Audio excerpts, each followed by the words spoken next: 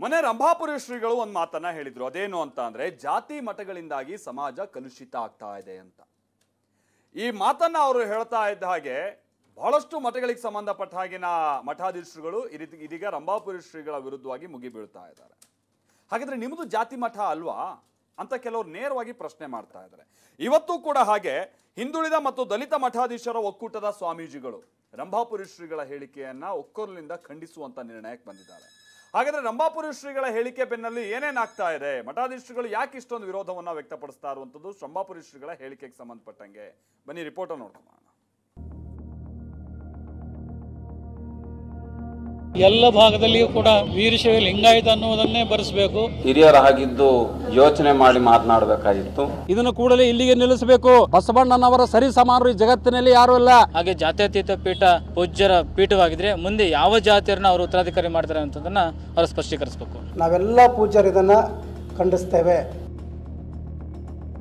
ದಾವಣಗೆರೆಯಲ್ಲಿ ಇದೇ ಜುಲೈ 22ಕ್ಕೆ ನಡೆದ ವೀರಶೈವ ಲಿಂಗಾಯತ ಪಂಚಪೀಠಾಧ್ಯಕ್ಷರ ಶೃಂಗಸಭೆ ಬಳಿಕ ಸ್ವಾಮೀಜಿಗಳ ಮಧ್ಯೆ ಸಂಘರ್ಷ ಶುರುವಾಗಿದೆ. ನೆನೆ ಲಿಂಗಾಯತ ಮಠಾಧೀಶರು, ಲಿಂಗಾಯತ ಮುಖಂಡರು ಚಿತ್ರದುರ್ಗದ ಮುರುಘಾ ಮಠದಲ್ಲಿ ಸಭೆ ಸೇರಿದ್ರು. ಸಭೆ ಸೇರಿದ್ದು ಮಾತ್ರವಲ್ಲ, ವೀರಶೈವ ಪಂಚಪೀಠಾಧ್ಯಕ್ಷರು ಕೈಗೊಂಡ ನಿರ್ಣಯಗಳಿಗೆ ಅಸಮಾಧಾನ ಹೊರಹಾಕಿದ್ರು.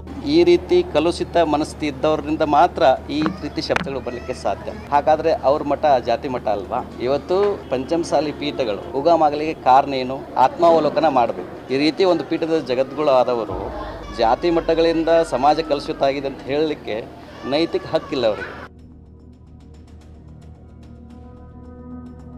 ಜಾತಿ ಗಣತಿ ವೇಳೆ ವೀರಶೈವ ಲಿಂಗಾಯತ ಅಂತ ಬರೆಸಬೇಕು ಅಂತ ಪಂಚಪೀಠಾಧ್ಯಕ್ಷರ ಶೃಂಗಸಭೆ ನಿರ್ಣಯ ಕೈಗೊಂಡದಕ್ಕೆ ಅಸಮ್ಮತಿ ಸೂಚಿಸಿದ್ರು. ಇದರ ಬೆನ್ನಲ್ಲೇ ಇಂದು ಹಿಂದುಳಿದ ದಲಿತ ಮಠಾಧೀಶರ ಒಕ್ಕೂಟದ ಸ್ವಾಮೀಜಿಗಳು ದಾವಣಗೆರೆಯಲ್ಲಿ ಒಟ್ಟಾಗಿ ಸೇರಿದ್ರು.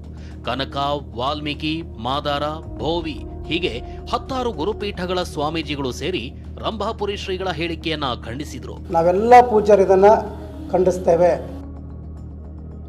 ಬಳಿಕ ಸುದ್ದಿಗೋಷ್ಠಿ ನಡೆಸಿದ ಸ್ವಾಮೀಜಿಗಳು ರಂಭಾಪುರಿ ಶ್ರೀಯವರು ಗಾಜಿನ ಮನೆಯಲ್ಲಿದ್ದು ಇನ್ನೊಬ್ಬರಿಗೆ ಕಲ್ಲು ಹೊಡಿತಿದ್ದಾರೆ. ಅವರದ್ದು ಜಾತ್ಯತೀತ ಪೀಠವೇ ಆಗಿದ್ರೆ ಮುಂದೆ ಯಾರನ್ನ ಉತ್ತರಾಧಿಕಾರಿ ಮಾಡ್ತಾರೆ ಹೇಳಿ ಅಂತ ಸವಾಲು ಹಾಕಿದ್ರು. ಆ ಸಮುದಾಯಗಳ ಶ್ರೇಣೀಕೃತ ವ್ಯವಸ್ಥೆಯಲ್ಲಿ ಅಲಕ್ಷ್ಯ ಮಾಡಿರೋದ್ರಿಂದ ಸ್ವತಃ ಸದ್ಭಕ್ತರೇ ಸೇರಿಕೊಂಡು ಆ ಸಮುದಾಯದ ಆಸ್ಮಿತೆಗೋಸ್ಕರ, ಧಾರ್ಮಿಕ ಸ್ವಾತಂತ್ರ್ಯಕ್ಕೋಸ್ಕರ ಜಾತಿ ಪೀಠಗಳು ಉದ್ಭವಿಸಿರುವಂಥದ್ದು. ಹಾಗೆ ಜಾತ್ಯತೀತ ಮಠಗಳೆನ್ನುವಂತಹ ವಾಕ್ಯವನ್ನು ಹೇಳ್ಕೊಂಡು ಬಂದಿರುವಂಥ ಪೀಠಗಳೆಲ್ಲ ಜಾತ್ಯತೀತದ ಮಠಾಧೀಶರು ಹಾಕೊಂಡು ಬಂದಿದ್ರೆ ಇವತ್ತು ಈ ಪ್ರಸಂಗ ಉದ್ಭವ ಆಗ್ತಾ ಇರಲಿಲ್ಲ. ಹಾಗೆ ಜಾತ್ಯತೀತ ಪೀಠ ಪೂಜ್ಯರ ಪೀಠವಾಗಿದ್ರೆ ಮುಂದೆ ಯಾವ ಜಾತಿಯರನ್ನ ಅವರು ಉತ್ತರಾಧಿಕಾರಿ ಮಾಡ್ತಾರೆ ಅಂತದನ್ನ ಅವರು ಸ್ಪಷ್ಟೀಕರಿಸಬೇಕು.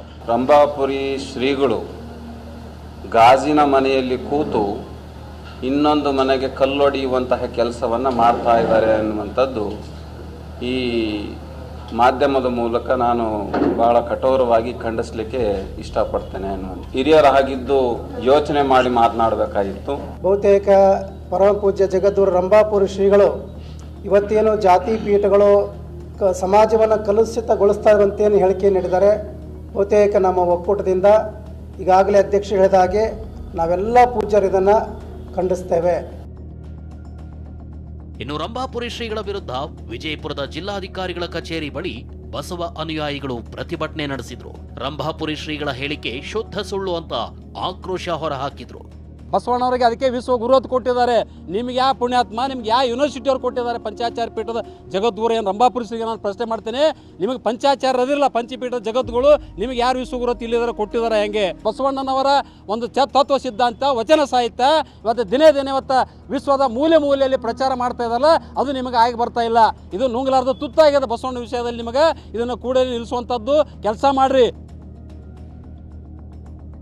ಈ ಬೆಳವಣಿಗೆಗಳ ಬೆನ್ನಲ್ಲೇ TV9ಗೆ ಬಾಳೆಹೊನ್ನೂರು ಮಠದ ರಂಭಾಪುರಿ ಶ್ರೀಗಳು ಪ್ರತಿಕ್ರಿಯೆ ನೀಡಿದ್ರು.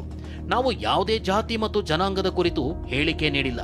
ನನ್ನ ಹೇಳಿಕೆ ತಪ್ಪಾಗಿ ತಿಳ್ಕೊಂಡು ಆಪಾದನೆ ಮಾಡಲಾಗ್ತಿದೆ ಅಂತ ವೀರಸೋಮೇಶ್ವರ ಶಿವಾಚಾರ್ಯ ಸ್ಪಷ್ಟನೆ ನೀಡಿದ್ದಾರೆ. ಭದ್ರಾವತಿಯಲ್ಲಿ ನಡೆದಿರುವಂಥ ಸಮಾರಂಭದಲ್ಲಾಗಲಿ ಅಥವಾ ದಾವಣಗೆರೆಯಲ್ಲಿ ನಡೆದಂಥ ಶೃಂಗ ಸಮ್ಮೇಳನದಲ್ಲಾಗಲಿ ಯಾವುದೇ ಜಾತಿ ಜನಾಂಗಗಳನ್ನು ಕುರಿತು ಹೇಳಿದಂಥ ಮಾತು ಅಲ್ಲ. ಕೆಲವು ದಲಿತ ಹಿಂದುಳಿದ ಮಠಾಧೀಶರು ಅದನ್ನ ತಪ್ಪಾಗಿ ತಿಳಿದುಕೊಂಡು ಪತ್ರಿಕಾಗೋಷ್ಠಿಯನ್ನ ಮಾಡಿರುವುದಾಗಲಿ, ಕೆಲವು ಅಪಾದನೆಗಳನ್ನ ಮಾಡ್ತಾ ಇರುವುದಾಗಲಿ ಸತ್ಯಕ್ಕೆ ದೂರವಾದಂಥ ವಿಚಾರ.